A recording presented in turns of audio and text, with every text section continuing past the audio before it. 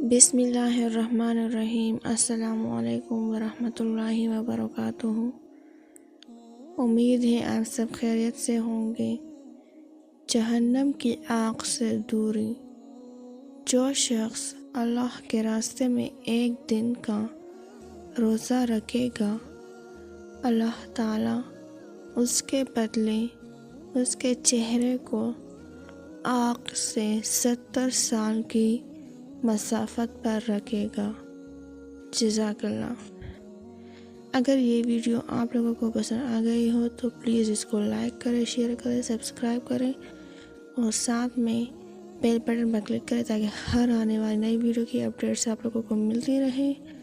اور میری دعا ہے کہ اللہ تعالیٰ سب کو رمضان کے روزے رکھنے کی توفیق عطا فرمائے۔ آمین۔